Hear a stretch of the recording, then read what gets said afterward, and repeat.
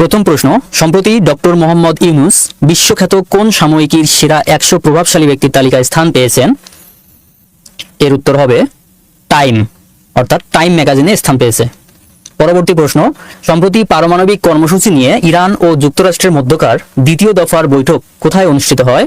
এর উত্তর হবে রোম শহরে এটা অনুষ্ঠিত হয়। পরবর্তী প্রশ্ন, বিশ্ব ধরিত্রী দিবস বা ওয়ার্ল্ড আর্থ ডে কত তারিখে পালিত হয়? এর উত্তর হবে 22 এপ্রিল।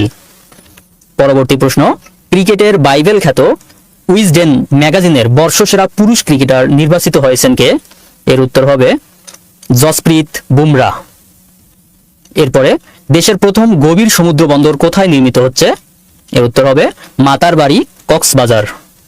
পরবর্তী প্রশ্ন, মাতারবাড়ি গভীর সমুদ্র বন্দর নির্মাণে সহায়তা করছে কোন দেশ? এর উত্তর হবে জাপান। পরবর্তী প্রশ্ন, 21তম ফিফা ক্লাব বিশ্বকাপ কোথায় অনুষ্ঠিত হবে? এর উত্তর হবে যুক্তরাষ্ট্র।